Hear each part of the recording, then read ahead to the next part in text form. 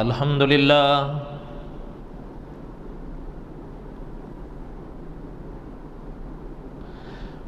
الحمدللہ حمدا کثیرا طیبا کما امر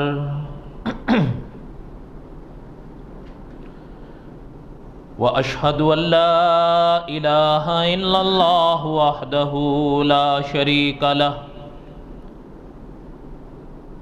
واشہد ان سیدنا وسندنا ومولانا محمدا عبدہ ورسولہ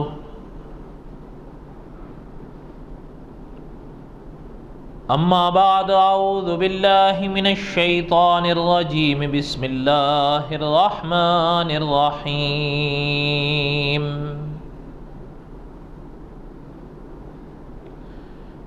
هو الذي بعث في الأميين رسولا منهم يتلو عليهم آياته ويزكيهم ويعلمهم الكتاب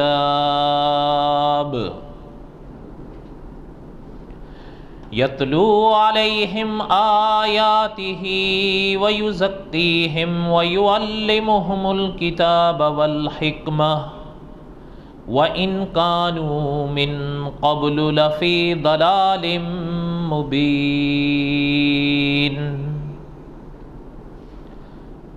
وَآخَرِينَ مِنْهُمْ لَمَّا يَلْحَقُوا بِهِمْ وَهُوَ الْعَزِيزُ الْحَكِيمُ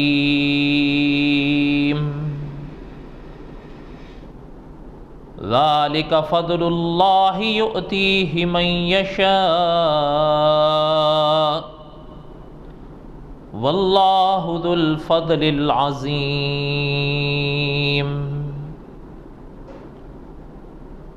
صدق الله العظيم وبلغنا رسوله النبي الكريم ونحن على ذلك لمن الشاہدین والشاکرین والحمد للہ رب العالمین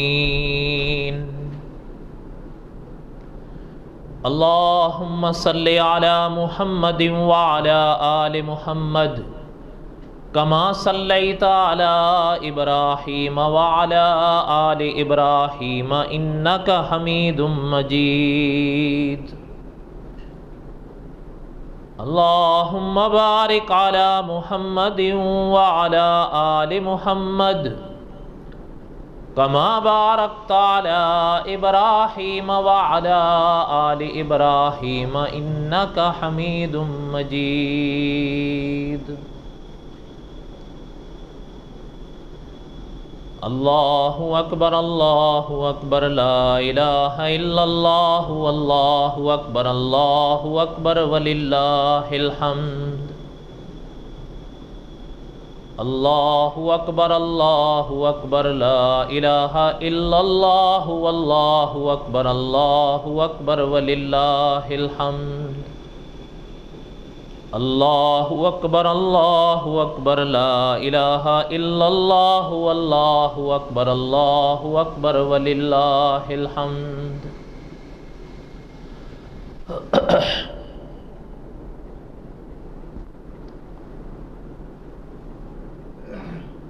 اللہ تعالیٰ کی عنایت سے ماہ رمضان کے 30 روزے پورے ہوئے۔ دعا کریں کہ اللہ تعالیٰ تمام روزے داروں کے روزوں کو قبول فرمائیں۔ اللہ تعالیٰ حضور علیہ الصلاۃ والسلام کی پوری امت پر رحم فرمائیں، اور اللہ تعالیٰ ہمیں اپنی مرضیات کے مطابق زندگی گزارنے کی توفیق نصیب فرمائیں۔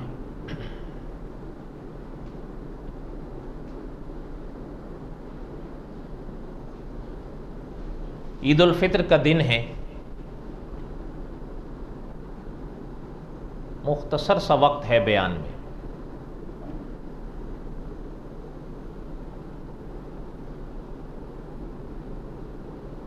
آج سے 1 سال پہلے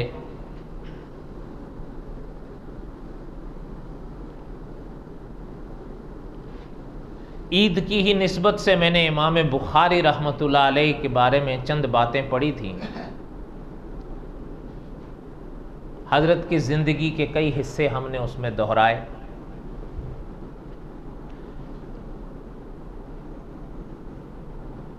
دل چاہ رہا تھا کہ اسی سلسلے کے بارے میں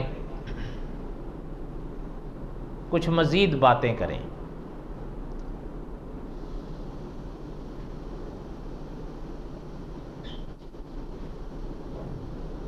پھر ایک اور ارادہ ہوا کہ یہ آج کا بیان اس سلسلے کی دوسری قسط بھی آپ کہہ سکتے ہیں، اور اپنی جگہ پر مستقل بھی ایک درس کہہ سکیں گے انشاءاللہ۔ جو آیت میں نے ابھی پڑھی ہے سورۃ جمعہ کی چند آیات میں سے، اسی کی تفسیر کے حوالے سے جو کچھ علماء نے لکھا ہے، اسی وجہ سے یہ خیال آیا۔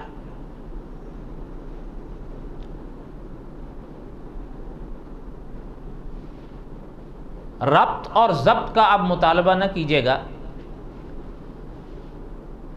آزاد چلیں گے ہم۔ ویسے بھی بڑی پرانی کہاوت ہے کہ آزاد پنچھیوں کا کوئی ٹھکانہ نہیں ہوتا۔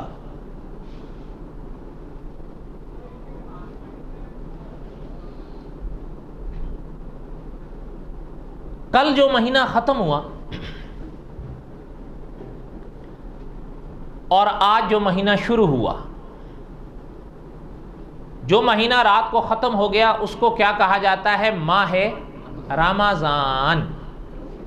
اور جب ماہ رمضان ختم ہوا تو جس مہینے کی ابتدا ہوئی ہے، جس کی آج پہلی تاریخ ہے، اس مہینے کو کیا کہا جاتا ہے؟ شوال۔ اور شوال ماہ رمضان، اور ماہ رمضان سے پہلے کون سا مہینہ گزرا ہے؟ شعبان۔ یہ تین مہینے آپس میں جڑے ہوئے ہیں، شعبان ہے، ماہ رمضان ہے اور شوال ہے۔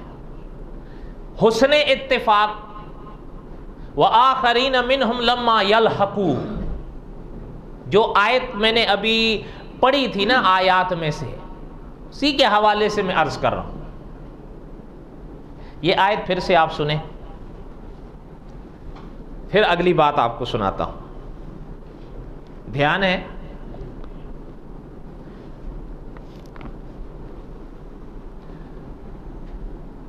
فرمایا وآخرین منہم لما یلحقوا بہم۔ ترجمہ سنیے، مفتی تقی عثمانی صاحب لکھتے ہیں، اور یہ رسول جن کی طرف بھیجے گئے ہیں ان میں کچھ اور بھی ہیں جو ابھی ان کے ساتھ آ کر نہیں ملے۔ یہ ترجمہ ہے، وآخرین منہم لما یلحقوا بہم، اور یہ رسول جن کی طرف بھیجے گئے ہیں ان میں کچھ اور بھی ہیں جو ابھی ان کے ساتھ آ کر نہیں ملے۔ اس موقع پر جب یہ آیت صحابہ رضوان اللہ تعالی علیہ مجمعین نے سنی تو صحابہ نے آپ صلی اللہ علیہ وسلم سے ایک سوال کیا۔ میں اسی حوالے سے اس طرف نکلا ہوں۔ رمضان پورا ہوا، اب شوال کی ابتدا ہوئی اور ماہ رمضان سے پہلے شعبان ختم ہوا۔ اتفاق سے یہ جو آیت ہے وآخرین منہم لما یلحقوا، صحابہ اکرام رضوان اللہ تعالی علیہ مجمعین نے حضور علیہ الصلوۃ والسلام سے سوال کیا کہ وہ بعد میں آنے والے کون ہیں جن کا ذکر یہاں پر کیا جا رہا ہے۔ آپ صلی اللہ علیہ وسلم نے حضرت سلمان رضی اللہ تعالیٰ عنہ بیٹھے تھے، دھیان دیجیے گا، وآخرین منہم لما یلحقوا، جب یہ آیت نازل ہوئی صحابہ نے سنی، صحابہ نے آپ صلی اللہ علیہ وسلم سے سوال کیا کہ وہ بعد میں آ کر ملنے والے کون ہیں۔ تو علماء مفسرین نے لکھا ہے کہ آپ صلی اللہ علیہ وسلم کے پاس حضرت سلمان بیٹھے تھے رضی اللہ تعالیٰ عنہ۔ حضرت سلمان یہ فارس سے آئے تھے۔ کہاں سے آئے تھے؟ حضرت سلمان رضی اللہ تعالی عنہ پر آپ صلی اللہ علیہ وسلم نے اپنا ہاتھ رکھا. علماء نے یہ بھی وضاحت فرمائی کہ کندھے پر ہاتھ رکھا, اور آپ صلی اللہ علیہ وسلم نے فرمایا کہ دین یا علم اگر سریا پر بھی چلا جائے اور سریا پر بھی پہنچ جائے تو ان کی قوم میں سے ایک شخص ایسا ہوگا جو وہاں سے بھی اس کو لے آئے گا. یہ آپ صلی اللہ علیہ وسلم نے پیش گوئی فرمائی. پیش گوئی سمجھتے ہیں آپ؟ پیش گوئی فرمائی. اچھا, آپ صلی اللہ علیہ وسلم نے جب یہ ارشاد فرمایا تو سوال پیدا ہوا کہ اس پیش گوئی کے مصداق کون ہے؟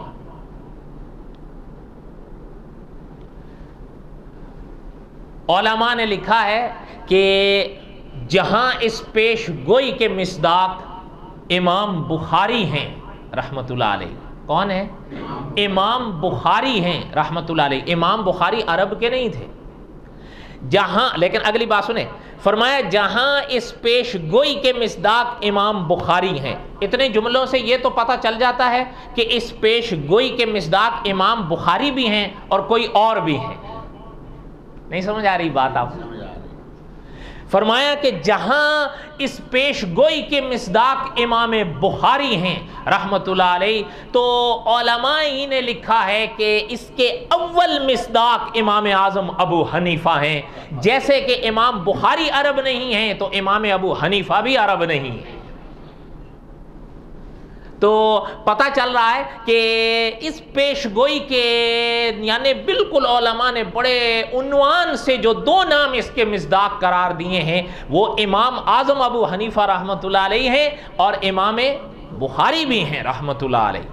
اچھا, امام بخاری ہیں تو پھر امام اعظم ابو حنیفہ بھی ہیں رحمۃ اللہ علیہ. اچھا, جو بات میں عرض کر رہا تھا, یہاں پر آپ کو سمجھ میں آیا کچھ یا نہیں سمجھ میں آیا؟ آیت پڑھی وآخرین منہم, جب صحابہ نے یہ آیت سنی, حضور سے سوال کیا, حضور علیہ السلام نے جواب دیا.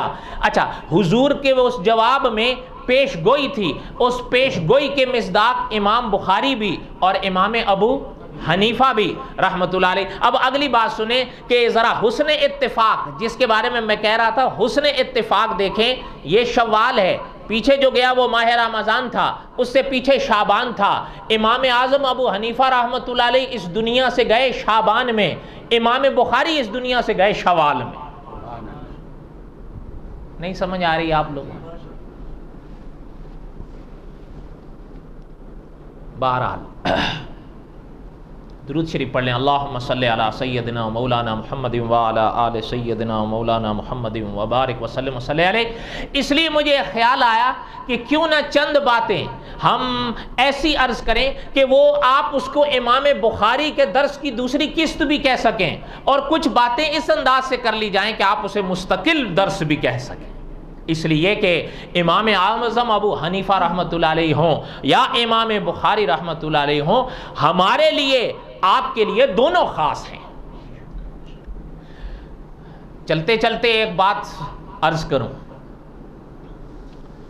بعض صدائیں ایسی سنائی دیتی ہیں کہ وہ امام ابو حنیفہ رحمۃ اللہ علیہ سے روٹھے ہوئے ہوتے ہیں, امام بخاری رحمۃ اللہ علیہ کی تو تعریف کرتے ہیں, لیکن امام اعظم ابو حنیفہ رحمۃ اللہ علیہ کا جب نام آتا ہے کم از کم محسوس ہوتے ہیں کہ روٹھے ہوئے ہیں. لیکن یہ صحیح نہیں ہے. استاذ العلماء علامہ خالد محمود صاحب لکھتے ہیں کہ فقہا اور محدثین میں تطبیق کی راہیں ڈھونڈنا یہ علماء دیوبند کا امتیاز ہے. نہیں سمجھ آ رہی آپ لوگوں کو؟ کیا سمجھ آ رہا ہے آپ کو؟ سمجھ ہی میں نہیں, کچھ نہیں آ رہا ہے.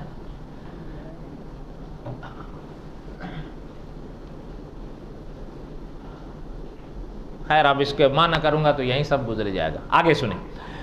امام بخاری رحمۃ اللہ علیہ یا امام اعظم ابو حنیفہ رحمۃ اللہ علیہ کے حوالے سے چند باتیں ہم پڑھیں گے, لیکن میں نے پہلے کہا کہ ضبط اور ربط کا مطالبہ نہیں کیجیے گا, ہم آزاد چلیں گے. مقصد یہ ہوگا کہ ہم نے یہ پیغام خود بھی سمجھنا ہے, اوروں کو بھی سمجھانا ہے. جو سمجھنا چاہے, جو نہ سمجھنا چاہے وہ ہمارے مخاطب نہیں ہے, لیکن جو سمجھنا چاہے ان کے لیے یہ دعوت فکر ہے کہ فقہا اور محدثین میں تطبیق کی راہیں تلاش کرنا یہ علماء دیوبند کا امتیاز ہے. یہاں سے ہم نے دوریاں نہیں پیدا کرنی, ہم نے اکٹھا کرنا ہے. امام اعظم ابو حنیفہ رحمۃ اللہ علیہ اور امام بخاری رحمۃ اللہ علیہ کے حوالے سے ہم چند باتیں پڑھیں۔ میں نے پہلے عرض کیا ہمارے لیے دونوں خاص ہیں، امام ابو حنیفہ بھی خاص ہیں اور امام بخاری بھی خاص ہیں رحمہم اللہ۔ اللہ تعالیٰ ان حضرات کی قبر پر کروڑوں رحمتیں نازل فرمائیں۔ یعنی لوگوں سے آج بسا اوقات کچھ صدائیں سنائی دیتی ہیں کہ وہ ایسا تاثر دیتے ہیں کہ جیسے وہ ایک ہے نا، ایک کہنے لگا کہ جی یہ جو حنفی ہیں نا، چونکہ احناف کی نسبت امام ابو حنیفہ کی طرف ہے کہ جی یہ تو بس قیاس اور قیاس کرتے رہتے ہیں، تو قیاس تو سب سے پہلے ابلیس نے پیش کیا تھا۔ اور بندہ خدا ابلیس نے جو قیاس پیش کیا تھا وہ خدا کے حکم کے آگے پیش کیا تھا۔ مجتہد جو قیاس کرتا ہے وہ قرآن و سنت کے مطابق کرتا ہے۔ اس لیے فقط یہ کہہ دینا کہ اللہ تعالیٰ، بہرحال ہم دوسری طرف نکل جائیں گے۔ کہنے کا مقصد یہ تھا امام اعظم ابو حنیفہ رحمۃ اللہ علیہ اور امام بخاری رحمۃ اللہ علیہ، شعبان میں علماء نے 2 قول لکھے ہیں امام ابو حنیفہ رحمۃ اللہ علیہ کے اس دنیا سے جانے میں 2 مہینے کا، اس میں ایک شعبان ہے اور امام بخاری کا شوال لکھا ہے، بلکہ عید کی رات لکھی ہے کہ جب عید کی رات ہوئی تو امام بخاری اس دنیا سے گئے ہیں۔ کوئی بات سمجھ میں آ رہی ہے آپ حضرات؟ آئیے آپ کو 1-2 باتیں سناتے ہیں۔ امام بخاری رحمۃ اللہ علیہ کے کام ایسے ہیں کہ انسان پڑھے تو دنگ رہ جائے۔ امام اعظم ابو حنیفہ رحمۃ اللہ علیہ کے کام بھی ایسے ہیں کہ انسان پڑھے تو دنگ رہ جائے۔ البتہ آپ کو ایک بات سناتا ہوں، امام بخاری رحمۃ اللہ علیہ نے کئی کتابیں لکھی، امام بخاری رحمۃ اللہ علیہ نے کئی کتابیں لکھی، لیکن علماء کا فیصلہ یہ ہے سب سے زیادہ مشہور ہوئی بخاری شریف، سب سے زیادہ مشہور ہوئی بخاری شریف۔ پڑھے لکھے نے بھی سنا ہے اور ان پڑھ نے بھی سنا ہے، ایسا ہی ہے یا نہیں؟ ہاں، یہ ایک الگ بات ہے کہ علماء نصیحت فرماتے ہیں کہ خود پڑھنے کی کوشش نہیں کیا کرو۔ ہاں، بخاری شریف بغیر استاد کے سمجھ آئے یہ عادتاً ممکن نہیں ہے۔ نہیں سمجھ آئی؟ جیسے قرآن پاک ہے، قرآن پاک کی قرات صحیح کرنی چاہیے یا نہیں؟ تو علماء یوں فرماتے ہیں کہ قرآن کریم کی قرات صحیح آنا بغیر استاد کے یہ عادتاً ممکن نہیں ہے۔ اسی طرح بخاری شریف خود سمجھ آنا بغیر استاد کے یہ عادتاً ممکن نہیں ہے۔ امام بخاری رحمۃ اللہ علیہ نے تو کئی لکھی، بخاری شریف ایک، اچھا یہ ایک اگلی بات ہے، جیسے دیکھیں نا کہ ایک شخص حضرت شیخ محمد مکی صاحب کے پاس آیا اور کہنے لگا کہ جی بخاری شریف یہ مکی، آگے بھی تو مکی صاحب تھے نا، مکی صاحب نے اس کو روک دیا۔ مکی صاحب فرمانے لگے سب سے پہلی بات میں تم سے پوچھنا چاہتا ہوں، اگلی بات بعد میں کروں گا، پہلے بخاری شریف کا نام بتاؤ۔ کہنے لگا جی بخاری شریف، حضرت نے فرمایا یہ نام نہیں، اور جی بخاری شریف، حضرت نے فرمایا یہ نام نہیں، پہلے نام بتاؤ پھر اگلی بات کریں گے۔ اچھا خیر، قصہ مختصر، یہ اس کو نام نہیں پتا، اور یہ اکثر یعنی حضرت ہی کے الفاظ میں لکھ رہا ہوں کہ اکثر یعنی پڑھے لکھے لوگ بخاری شریف کا نام نہیں جانتے، وہ حوالے دے رہے ہوتے ہیں بخاری شریف، ان کا اگر کبھی ناپ تول کرنا ہو نا تو کبھی بخاری شریف کا نام پوچھ لیا کرو سامنے والے سے، مکی صاحب کی اتباع میں سب پتہ چل جائے۔ اچھا اگلی بات سنیں، جس درس کے دوران مکی صاحب نے یہ بات فرمائی، مکی صاحب نے فرمایا کہ 1 ہفتے کا وقت دیتا ہوں، بخاری شریف کا نام پتہ کرو۔ فرمایا اگر پڑھ کر پتہ کر لو گے اور 1 ہفتے کے بعد بھی مجھے بتا دو گے تو 100 ریال انعام دوں گا، کیونکہ مکی صاحب حرم میں ہوتے ہیں نا تو وہاں ڈالر چلتے ہیں یا ریال چلتے ہیں، لیکن ساتھ ہی حضرت نے فرمایا باوجود بخاری شریف کھولنے کے بھی تمہیں بخاری شریف کا نام مل جائے ہے بڑا مشکل۔ تو اچھا پتہ مقصد کیا تھا، حضرت کا پیغام یہ تھا کہ جو انسان بخاری شریف کا نام بھی نہیں جانتا وہ بخاری شریف سے مسئلہ کیسے نکال رہا ہے۔ اگلی بات،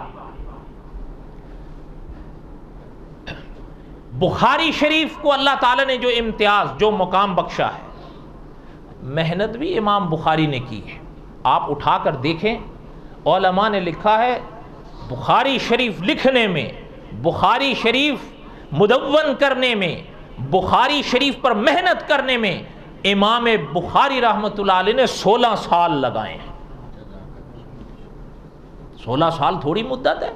اچھا، اور ایک ترتیب کے لحاظ سے تو علماء نے لکھا ہے کہ ابتدا کی ہے مسجد حرام میں امام بخاری نے، وہ زمانے کی بات ہے، وہ صدیاں گزر گئیں، اور دوسرے مرحلے پر علماء نے لکھا ہے کہ انتہا کی ہے امام بخاری نے ریاض الجنہ میں۔ ظاہر ہے 16 سال کے عرصے میں ایک کتاب ایک جگہ تو بیٹھ کر ہی انسان لکھتا نا، لیکن یہ دو مواقع علماء نے بڑی وضاحت سے لکھے ہیں کہ ابتدائی حصہ اگر ملتا ہے تو مسجد حرام میں، اور پھر ایک معتدل اور یعنی طویل حصہ ملتا ہے ریاض الجنہ میں، کہ امام بخاری نے آپ صلی اللہ علیہ وسلم کے روضے اور حضور کے منبر کے درمیان میں بیٹھ کر بخاری کو لکھا ہے۔ ما بین بیتی و منبری، یہ حدیث تو آپ سب نے سن رکھی ہے، سنی ہے یا نہیں سنی؟ ما بین بیتی و منبری روضۃ من ریاض الجنہ، تو یہ جنت کا ٹکڑا ہے، تو امام بخاری رحمۃ اللہ علیہ نے جنت کے اس ٹکڑے میں بیٹھ کر حضور کی حدیثیں لکھی ہیں۔ کئی سوال آیا اتنی محنت آپ نے کی بخاری شریف پر، حتیٰ کہ علماء نے لکھا ہے بخاری شریف میں امام بخاری 7000 حضور کی حدیثیں لائے ہیں صلی اللہ علیہ وسلم۔ مقررات کو ملا کر یہ میں عرض کر رہا ہوں، ہاں مقررات کو ملا کر یہ عدد بتا رہا ہوں، کتنی بتائی ہیں بھئی؟ اتنی محنت آپ نے کی ہے۔ اگر آپ امام بخاری کی کتاب زندگی اٹھا کر دیکھیں، امام بخاری رحمۃ اللہ علیہ آپ صلی اللہ علیہ وسلم کی حدیث لکھنے کے لیے جو کڑی شرطیں لائے ہیں وہ اپنی مثال آپ ہیں۔ اس کے باوجود حدیث پر جب یہ ساری شرطیں پوری ہو جاتی تھی ظاہری، صرف ان پر بس نہیں کرتے تھے، ایک ایک حدیث لکھنے سے پہلے غسل کرتے تھے، غسل کرنے کے بعد 2 رکعتیں ادا کرتے تھے، 2 رکعتوں کے بعد بعض اکابر نے فرمایا استخارہ کرتے تھے، پھر جا کر وہ حدیث درج کرتے تھے۔ ہو سکتا ہے آپ مانے، ایک عالم ہے ہمارے ملک میں، انہوں نے تو وضاحت کے ساتھ لکھا ہے کہ اگر معتدل حساب اگر لگایا جائے تو بخاری شریف لکھنے کے سمے امام بخاری نے 14000 رکعتیں پڑھی ہیں پھر بخاری لکھی۔ ہمارے والا تو جیسے میں نے ایک اپنا نظارہ کیا، ہو سکتا ہے آپ نہ مانے، کہہ رہے ہو پی رکھی ہے شراب، کہہ رہا ہے محمد الرسول اللہ صلی اللہ علیہ وسلم۔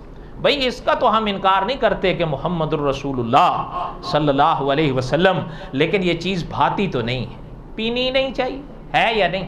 بلکہ ہم نے تو وہ اکابر دیکھے ہیں، آپ ہو سکتا ہے نہ مانے، میں نے ایک اکابر دیکھے ہیں کہ مینا میں انہوں نے خود لکھا ہے کہ جب آپ صلی اللہ علیہ وسلم کا نام بھی زبان سے لیتا ہوں، آپ صلی اللہ علیہ وسلم کا نام بھی زبان سے لیتا ہوں تو دل یہ کہتا ہے کہ اگر گلاب کے عرق سے بھی 1000 بار اپنے منہ کو دھو لوں تب بھی یہ منہ وہ مقام نہیں حاصل کر سکتا کہ حضور کا نام لے جائے صلی اللہ علیہ وسلم۔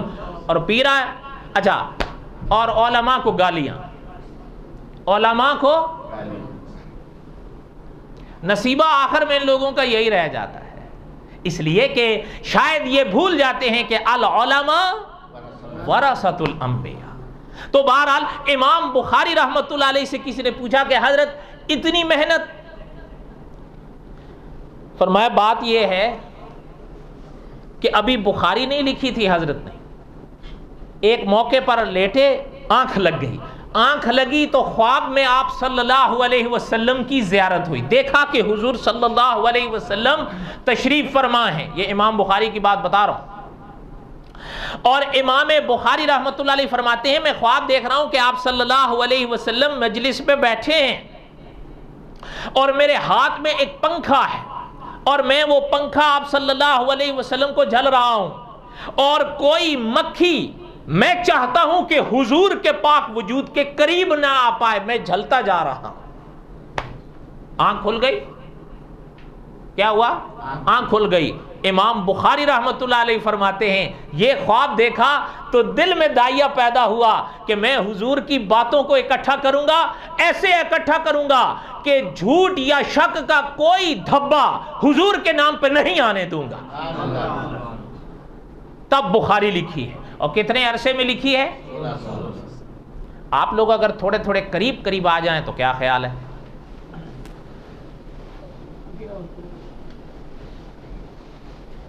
اللہ اکبر اللہ اکبر لا الہ الا اللہ واللہ اکبر اللہ اکبر وللہ الحمد اللہ اکبر لا الہ الا اللہ واللہ اکبر وللہ الحمد۔ کچھ اداس اور روزہ تو نہیں ہے آج؟ آپ نے سوچا شاید ثواب ہوگا آج بھی رکھ لیں، روزہ ہی رکھنا ہے نا۔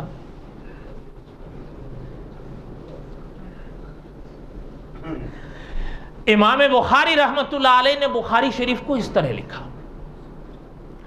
میں بات کیا عرض کر رہا تھا، امام بخاری رحمۃ اللہ علیہ کے، اب توجہ میری طرف دیجیے گا، ذرا دھیان ہٹا تو بات نہیں سمجھ میں آئے گی۔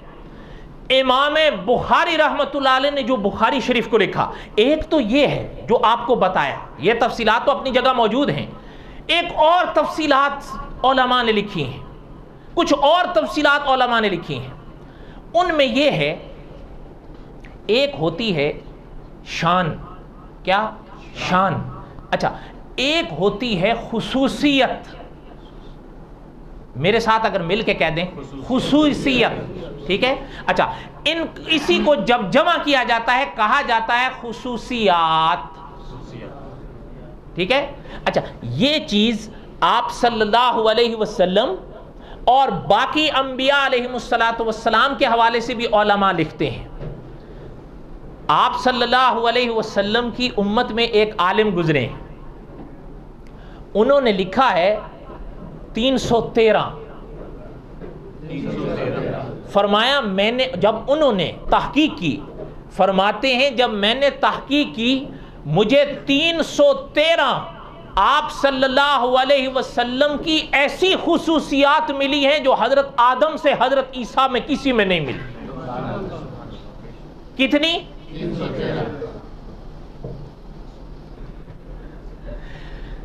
امام بخاری رحمۃ اللہ علیہ کے بخاری شریف کے حوالے سے بھی جب یہ بات آئی تو علماء نے ایک مستقل عنوان قائم کیا، بخاری شریف کی خصوصیات۔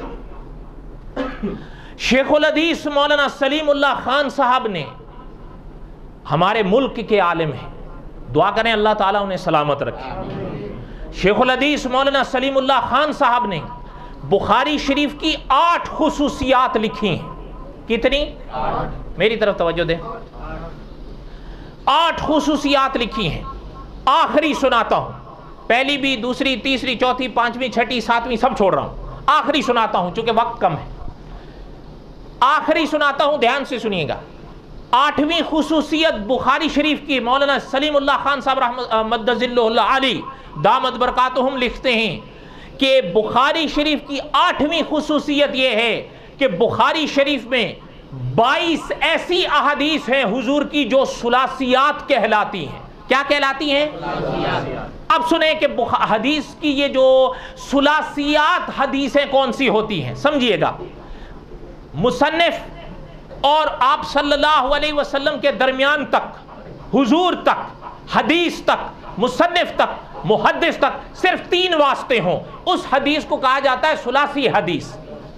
سمجھ آئی ہے؟ نہیں سمجھ آئی تو بتاؤ۔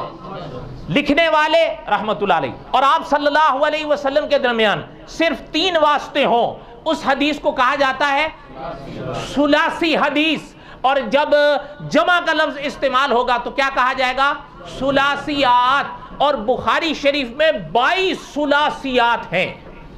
یہ بخاری شریف کی خصوصیات میں سے 8ویں اور بڑی خصوصیت مانا گیا ہے کہ 22 امام بخاری وہ حدیثیں لائے ہیں۔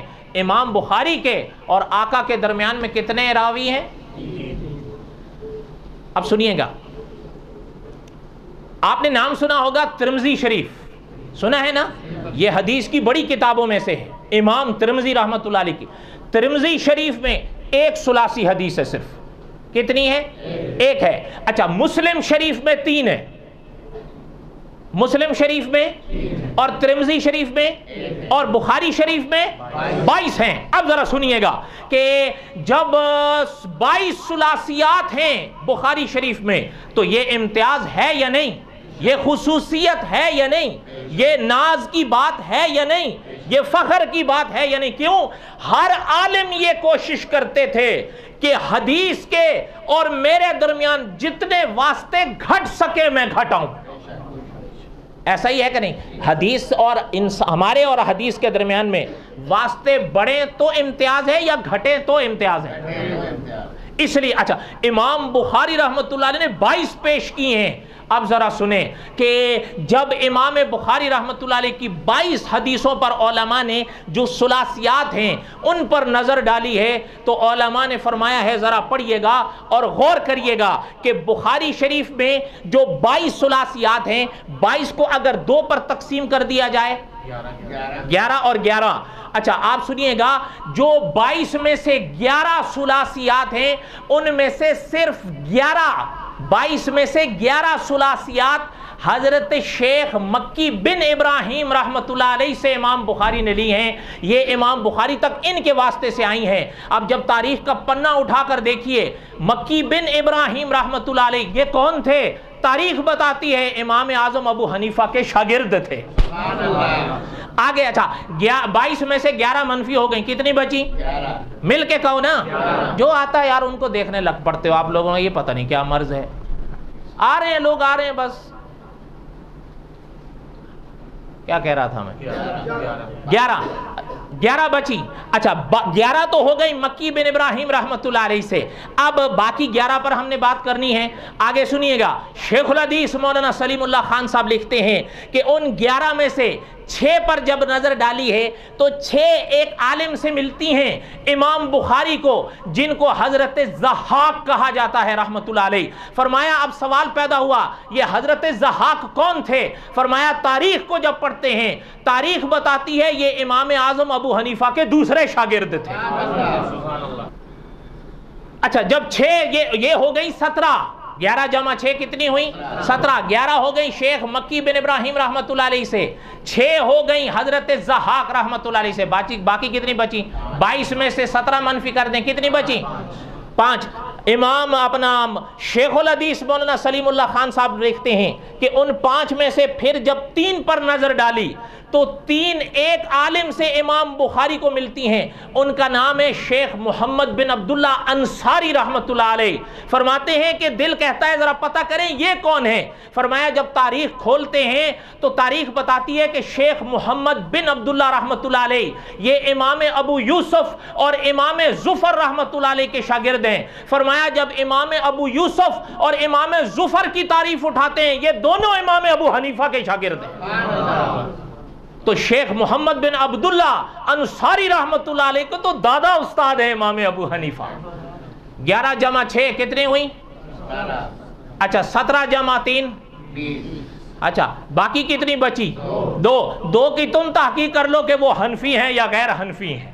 ہم نے 20 بتا دی ہیں، 2 کی تم خود کر لو، 2 کی تم 20 ہم نے۔ اچھا 20 ثلاثی، 22 میں سے 20 ثلاثیات تو حنفی علماء سے آئی ہیں۔ اچھا اب آپ بتاؤ اگر ثلاثیات امام بخاری کا امتیاز ہے تو جن کے واسطے سے ثلاثیات آ رہی ہیں وہ امام اعظم ابو حنیفہ، ان کا کوئی امتیاز نہیں ہے۔ آپ لوگ بھی بس مستی ہو یار، اللہ تعالیٰ ہی بس رحم فرمائیں۔ سارے روزے رکھ رکھ کے تھکے ہوئے ہیں، بلکہ کئی تو اس دن لکھ کے بھیج رہے تھے، کہہ رہے تھے ایک اور مرتبہ 30 روزے مبارک۔ کیا خیال ہے آپ کو؟ یہ وہ داد دے رہا تھا یا دعا دے رہا تھا؟ وہ انداز بتا رہا تھا اس کا کہ وہ کہتے ہیں نا کہ بے خودی بے سبب نہیں غالب، کچھ تو ہے جس کی پردہ داری۔ بہرحال اللہ تعالیٰ خیر فرمائیں۔ کوئی بات آپ کو بھی سمجھ میں آئی ہے؟ بخاری شریف کی امتیاز جو 8 بتایا ہوں، خصوصیات 8 بتائیں، ان میں سے 8ویں اور عجیب امتیاز 22 ثلاثیات ہیں۔ اگلی بات سنیں جو شیخ الحدیث مولانا عبد الرحمن صاحب نے لکھی ہے، فرمایا امام بخاری کا یہ امتیاز ہے کہ 22 حدیثیں ثلاثیات پیش کی ہیں، لیکن حضرت لکھتے ہیں کہ امام اعظم ابو حنیفہ رحمۃ اللہ علیہ کی جو حدیثیں ہیں وہ ثلاثیات سے بھی ایک درجہ اوپر سنائی ہیں، کہ امام اعظم ابو حنیفہ اور حضور کے درمیان میں صرف 2 واسطے ہیں، یا تابعی ہے یا صحابی ہے۔ بات امام اعظم ابو حنیفہ اور امام بخاری کیا ہے، تو ایک اور بات بھی سنا دوں، اور مل کے بولو ہے اللہ اکبر لا الہ الا اللہ اللہ اکبر وللہ الحمد۔ امام بخاری رحمۃ اللہ علیہ بڑی قداور شخصیت گزری ہے، اس میں کوئی شک نہیں، اور خاص کر امام بخاری رحمۃ اللہ علیہ کی جو بخاری شریف ہے، حقیقت ہے کہ وہ حضرت کے علم کا قد بتاتی ہے، ایسی شخصیت۔ لیکن جب امام صاحب رحمۃ اللہ علیہ کا یہ عالم ہم دیکھتے ہیں نا، میں مثال ایک دیتا ہوں، ذرا غور کریے گا، میری طرف دھیان رہے۔ امام بخاری رحمۃ اللہ علیہ کے علم کا، حضرت کے حافظے کے لیے ایک مثال صرف دے رہا ہوں۔ علماء نے لکھا ہے جب طالب علم تھے، پڑھا کرتے تھے، گناہوں سے پورا بچتے تھے۔ کیوں بچتے تھے؟ حضرت کا فرمان، حضرت کے اس باب میں علماء نے لکھا ہے کہ حضرت جو ہے گناہوں سے پورا بچتے تھے۔ کیوں بچتے تھے؟ علماء نے لکھا ہے اس لیے کہ گناہوں کی نحوست حافظے کو ختم کر دیتی ہے۔ اچھا، امام بخاری رحمۃ اللہ علیہ جب حدیث پڑھنے جاتے تھے، باقی طلبہ ساتھ جاتے تھے، وہ استاد جب حدیث پڑھا کرتے تھے وہ طلبہ لکھ لیا کرتے تھے، امام بخاری لکھتے نہیں تھے۔ کئی دن گزر گئے تو ایک محفل لگی تھی یا طالب علم ساتھ جا رہے تھے، امام بخاری نوجوان تھے، تو ایک نے کہا کہ یار آپ تو اپنا وقت ضائع کرتے ہو۔ بھئی کیوں؟ کہنے لگے ہم سب لکھتے ہیں، ہم نے تو کبھی نہیں دیکھا آپ کو کبھی لکھتے ہوئے، تو کیا ہے جاتے اٹھ کے آ جاتے ہو۔ اس کے یہ الفاظ کا امام بخاری رحمۃ اللہ علیہ پر کچھ ایسا اثر ہوا، امام بخاری رحمۃ اللہ علیہ نے فرمایا سب سامنے بیٹھو۔ بیٹھ گئے، امام بخاری رحمۃ اللہ علیہ سامنے بیٹھے، فرمایا اب ذرا مجھے بتاؤ تم نے جو حدیثیں لکھی ہیں کتنی ہیں؟ کہنے لگے 15,000 ہیں۔ کتنی ہیں؟ 15,000 اتنی عرصے میں ہم نے لکھی ہیں۔ امام بخاری نے فرمایا اب میں زبانی پڑھتا ہوں، تم دیکھتے جاؤ۔ اچھا، اس کے بعد علماء نے لکھا ہے کہ وہ لوگ اپنی املا کی ہوئی حدیثوں پر اس طرح اعتبار نہ کر پاتے تھے جیسے امام بخاری کے حافظے پر کرتے تھے۔ وہ نوک پلنگ اپنے مسودوں کے سنوارتے تھے امام بخاری کے دماغ اور دل کے آئینے میں۔ یہاں امام بخاری کی بات سمجھ میں آئی ہے؟ اب جو چیز سنانے چلا ہوں، جب یہ عالم دیکھتے ہیں تو خیال آتا ہے یار امام بخاری رحمۃ اللہ علیہ کے استاد کیسے ہوں گے؟ پھر سوال پیدا ہوتا ہے یا نہیں پیدا ہوتا؟ ہوتا ہے نا، انسان کے خود ذہن میں آتا ہے کہ یار جب امام بخاری رحمۃ اللہ علیہ کے علم کا یہ عالم ہے تو امام بخاری رحمۃ اللہ علیہ کے استاد کا علم کیا ہوگا؟ آپ اٹھائیں، علماء نے لکھا ہے کہ امام بخاری رحمۃ اللہ علیہ کے استاد جو ہے نا ان گنت، گنے نہیں جا سکے، گنے مل کے میرے ساتھ گنے، لیکن جو نام امام بخاری کے استادوں کے ملتے ہیں ان استادوں میں ایک نام ملتا ہے امام علی بن المدینی رحمۃ اللہ علیہ، یہ امام بخاری کے استاد تھے۔ تو پھر انسان سوچتا ہے کہ امام بخاری کا علم یہ ہے تو پھر امام علی بن المدینی رحمۃ اللہ علیہ کا علم کیا ہوگا، ہے یا نہیں؟ پھر خود بخود سوال آ جاتا ہے کہ یار ذرا دیکھیں کہ جو امام بخاری کے بھی استاد تھے ان کے استاد پھر کون ہوں گے، آتا ہے یا نہیں؟ تو امام بخاری رحمۃ اللہ علیہ کے جو استاد تھے امام علی بن المدینی رحمۃ اللہ علیہ، ان کے استاد کا نام ملتا ہے امام عبد الرزاق بن حمام رحمۃ اللہ علیہ۔ یہ امام بخاری کے استاد کے بھی استاد تھے، تو امام بخاری کے کیا لگے؟ دادا استاد کیا لگے؟ اب انسان کو خیال آتا ہے یہ ٹھیک امام عبد الرزاق بن حمام رحمۃ اللہ علیہ یہ ٹھیک آپ صلی اللہ علیہ وسلم سے 200 سال بعد اس دنیا سے گئے ہیں۔ کتنے؟ 200 سال بعد۔ اور آپ شاید سنے ہو کہیں علماء سے، علماء نے لکھا ہے، پرانی کتابیں بتاتی ہیں کہ آپ صلی اللہ علیہ وسلم کے بعد کسی شخصیت کے پاس اتنے لوگ اتنی تعداد میں نہیں آئے حضور کی حدیثیں سننے جتنے امام عبدالرزاق کے پاس آئے ہیں۔ اب سوال پیدا ہوتا ہے یار یہ امام عبدالرزاق رحمۃ اللہ علیہ جب امام بخاری کے بھی دادا استاد تھے تو پھر یہ خود کن کے شاگرد تھے؟ امام عبدالرزاق رحمۃ اللہ علیہ تاریخ اٹھا کر دیکھیں، یہ امام اعظم ابو حنیفہ کے شاگرد تھے۔ یہ میری باتیں جہاں مرضی لکھ کے بھیجتے رہو۔ امام اعظم ابو، اچھا یہ چیز سنے ہو، اب ایک ذرا اور سنو۔ اہل سنت کے کتنے امام ہیں؟ سوچ لو پہلے، یہ ذرا دے دیں اگر مجھے، شکریہ۔ کتنے ہیں؟ امام اعظم ابو حنیفہ رحمت اللہ علیہ، دوسرے امام مالک رحمت اللہ علیہ، تیسرے امام شافعی رحمت اللہ علیہ، چوتھے امام احمد بن حنبل رحمت اللہ علیہ۔ یہ چار سمجھ آ گئی؟ اب ذرا سنیے گا، امام بخاری رحمت اللہ علیہ کے جن استادوں کے نام ملتے ہیں، سنیے گا، امام بخاری رحمت اللہ علیہ کے استادوں میں ایک نام امام احمد بن حنبل کا بھی ہے۔ نہیں سمجھ آئی؟ نہیں سمجھ آئی؟ اب سنیے گا، امام احمد بن حنبل کن کے استاد ہیں؟ امام بخاری کے، ٹھیک ہے؟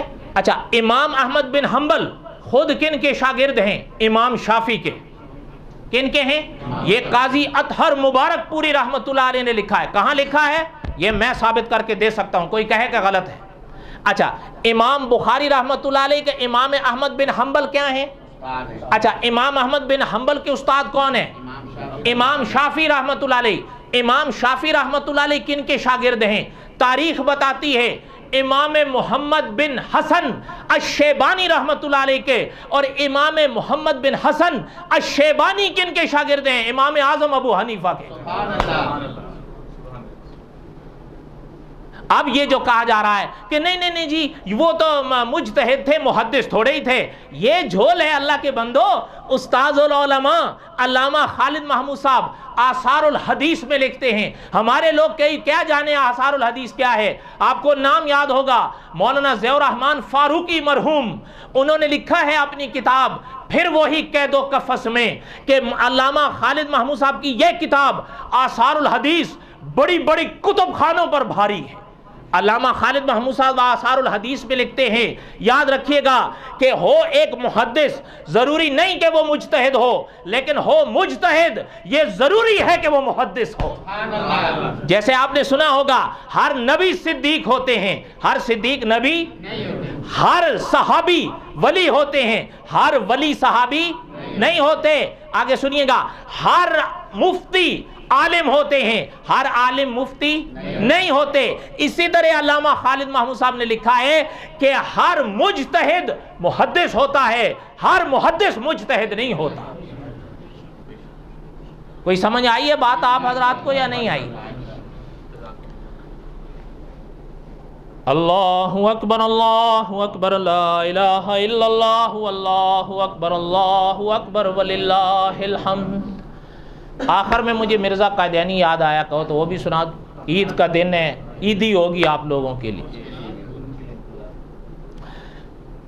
مرزا غلام احمد قادیانی نے بھی امام بخاری کا ذکر لکھا ہے، اسی نسبت سے یاد آ گیا، ان کا ربط بھی پورا ہو رہا ہے، بے ربط تو نہیں ہے۔ اس کی ایک کتاب ہے ازالہ اوہام، کیا؟ اس میں بار بار ایک بات سمجھ میں نہیں آئی، اس نے جہاں بھی امام بخاری کا نام لکھا ہے لکھتا ہے امام محمد اسماعیل، امام محمد اسماعیل۔ کیا؟ امام بخاری کا اپنا نام کیا تھا؟ محمد، اور اسماعیل امام بخاری رحمت اللہ علیہ کے والد کا نام تھا۔ مرزا قادیانی نے جہاں بھی لکھا ہے امام محمد بن نہیں لکھا، امام محمد اسماعیل، امام محمد اسماعیل۔ حالانکہ بن لکھنا چاہیے یا نہیں لکھنا چاہیے؟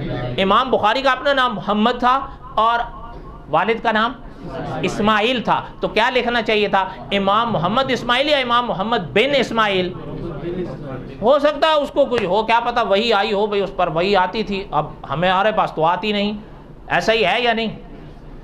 تو بہرحال کوئی بات آپ کو بھی سمجھ میں آئی ہے یا نہیں سمجھ میں آئی ہے؟